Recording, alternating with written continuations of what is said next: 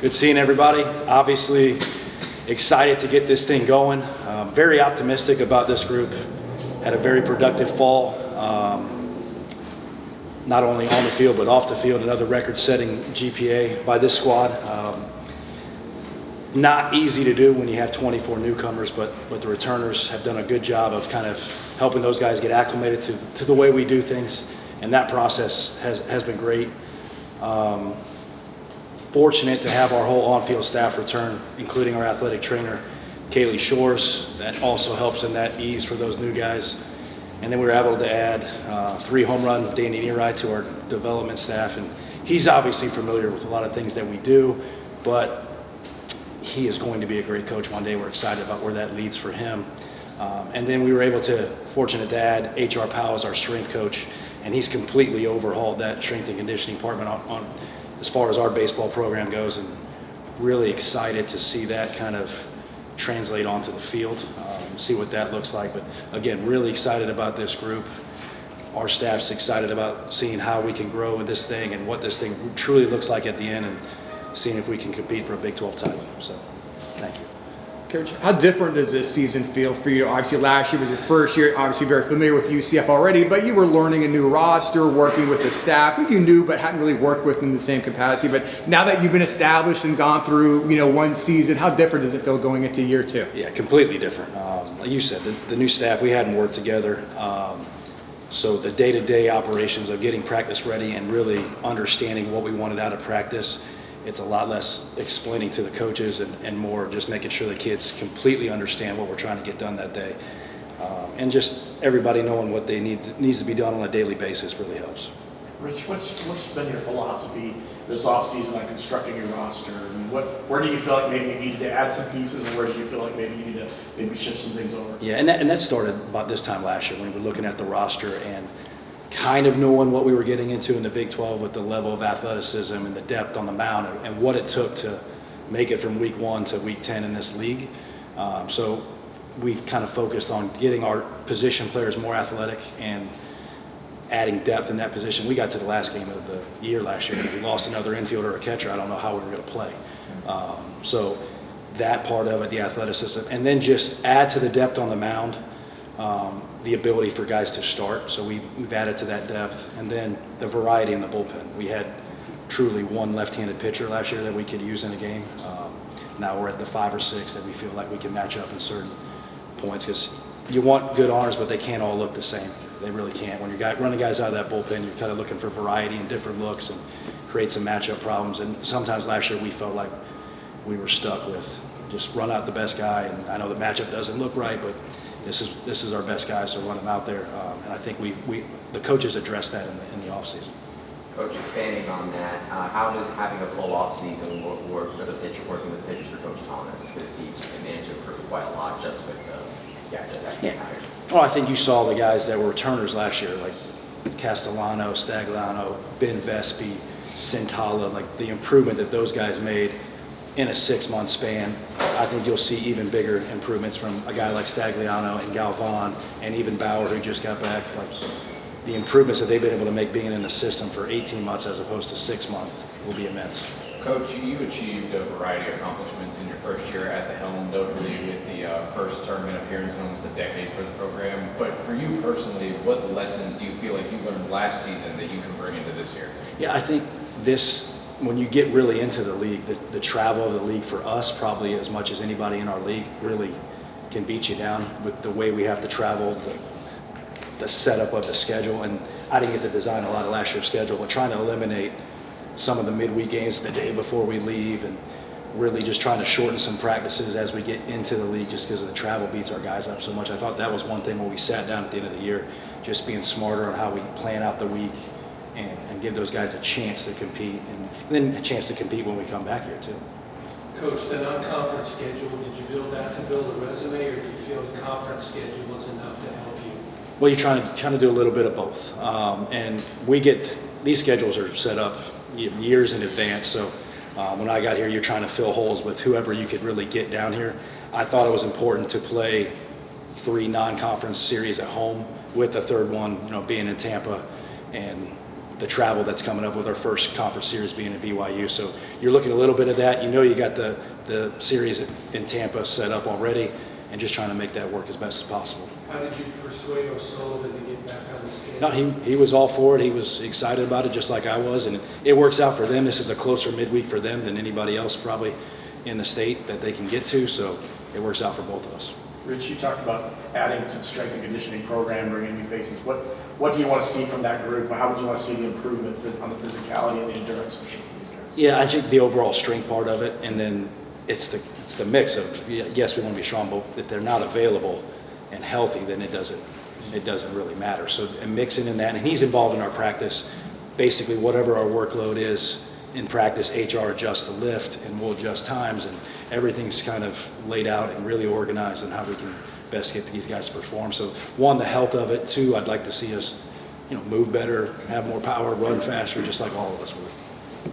Starting rotation wise, is that working itself out? Do you have an idea who you'll go with on opening weekend? I mean, I have an idea. Like we've stretched out 5 to 6 guys, honestly, between obviously Dom Stagliano, Wiley Hartley, Cam Wicker, Grant Siegel, who's a returner but didn't pitch last year, and then Matt Sauser will be the other one.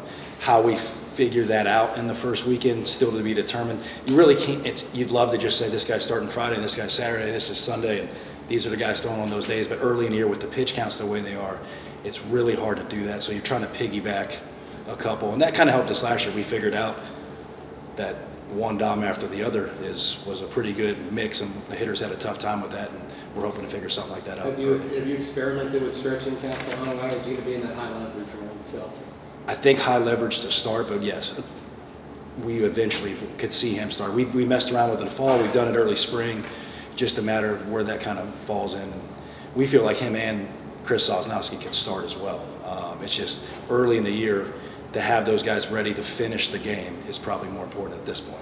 Coach, you talked about that Dom and Dom connection. Of course, both of them got named preseason All Big 12. What's the biggest thing about these two together that got the attention of the rest of the conference, you think? Well, I think the pitchability, right?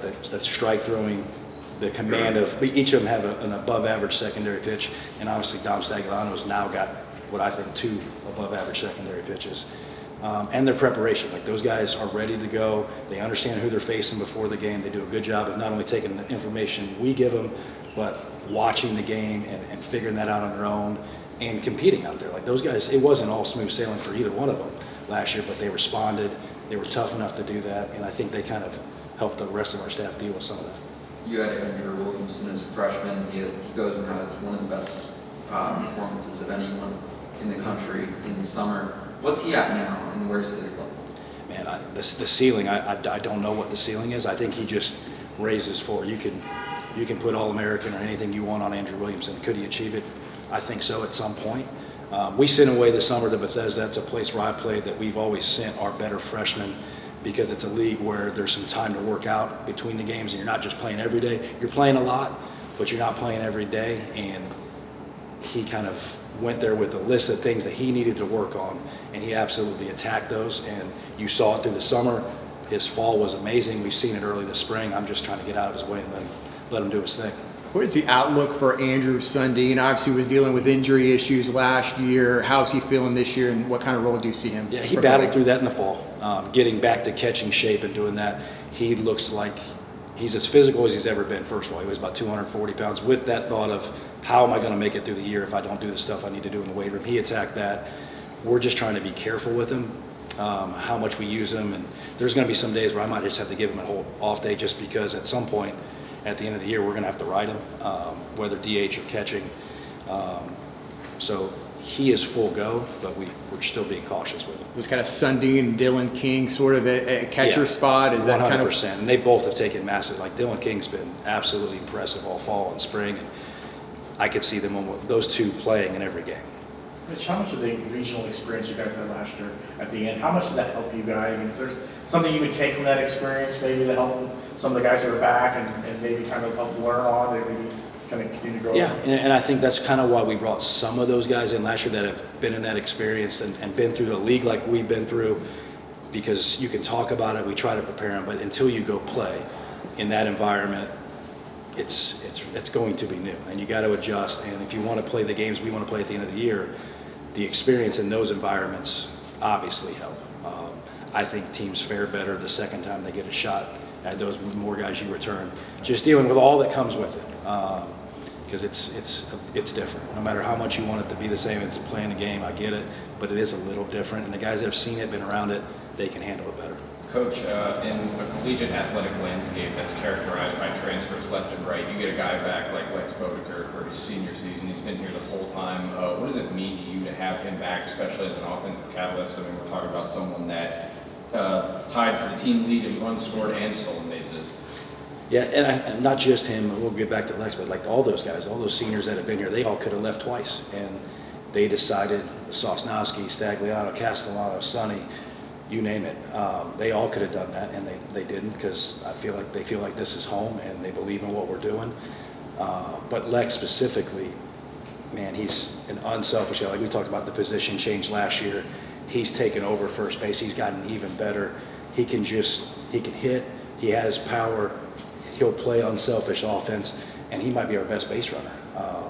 To see that guy, and he puts it into practice. Like he's just not naturally a great base runner. That's a guy that's for 3 years here has worked his tail off to be a great base runner and become a great defender at first base. And he's not the most talkative guy, but I think the guys voted him a captain because of the way he goes about his business on a day-to-day basis.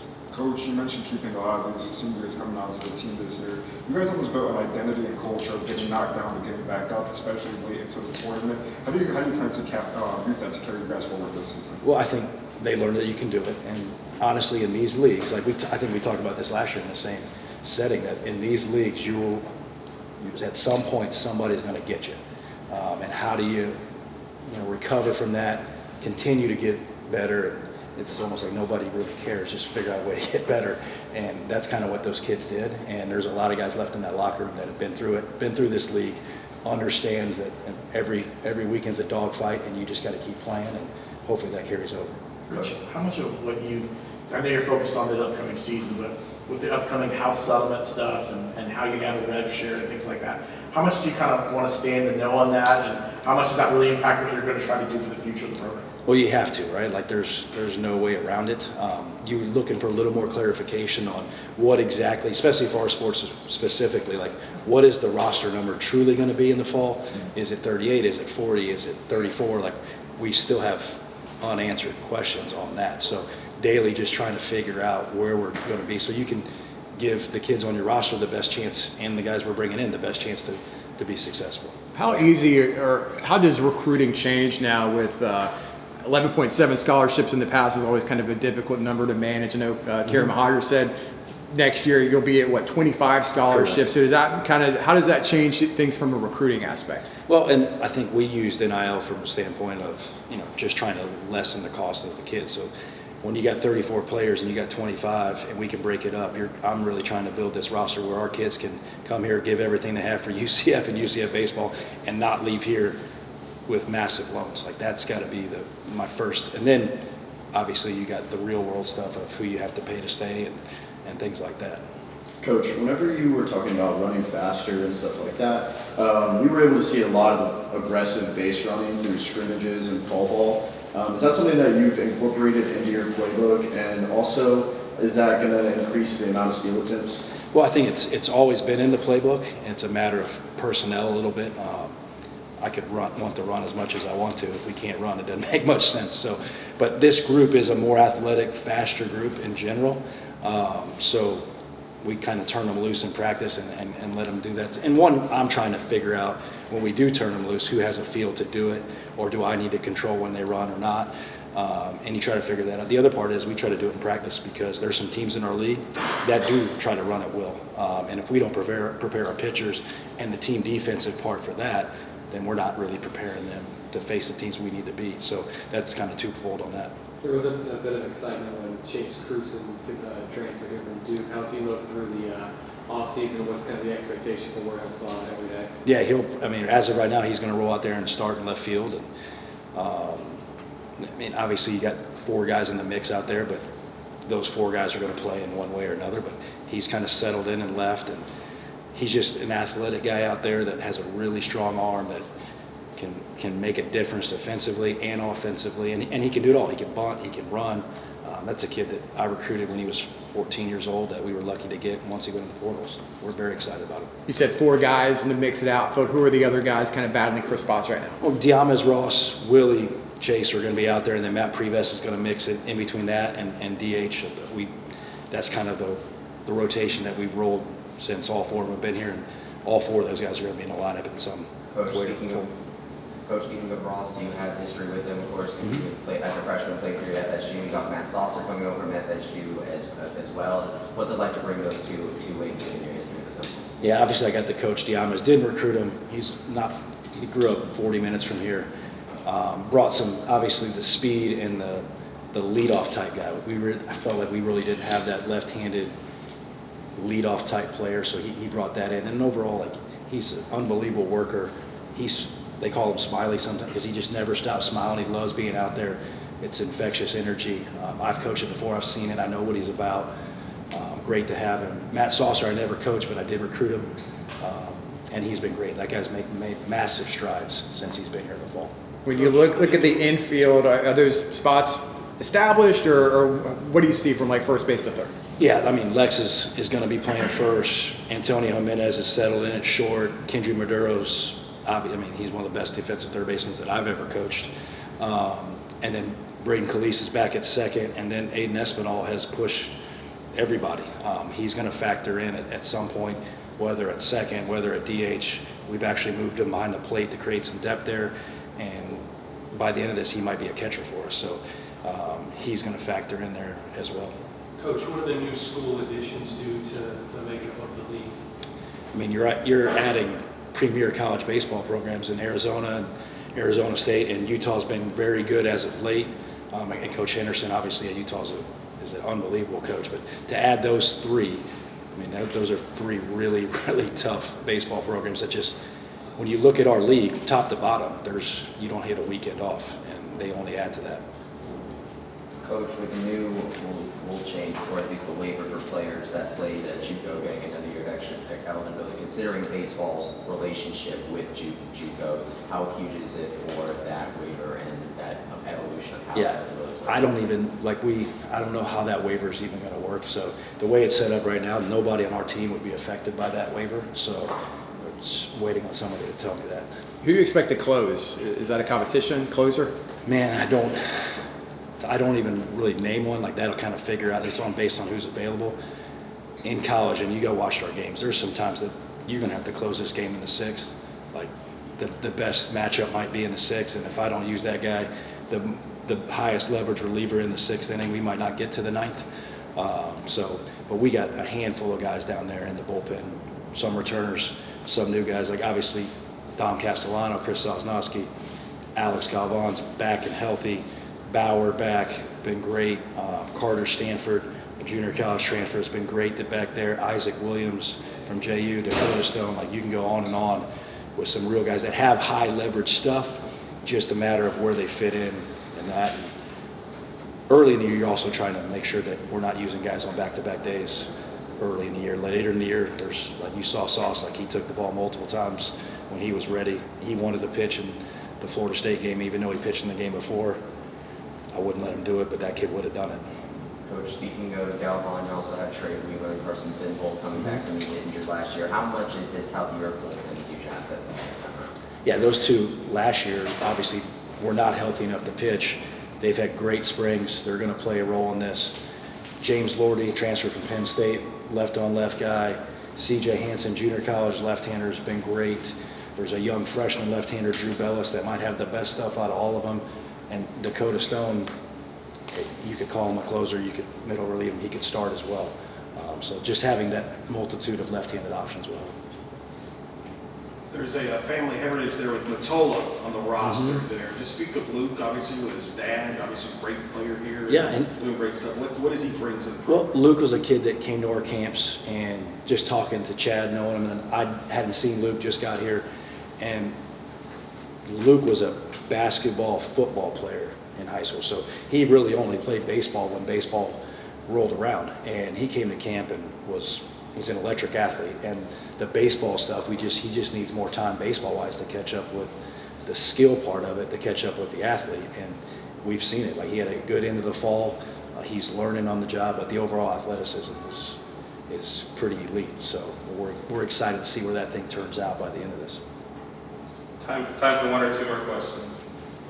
Coach, you add a couple of new opponents to the schedule in terms of Monmouth, the Siena coming back, history there with that one opening weekend. Just what was your philosophy in terms of finding different opponents this time around? Yeah, so we really only had like the second and fourth weekend left for me to build.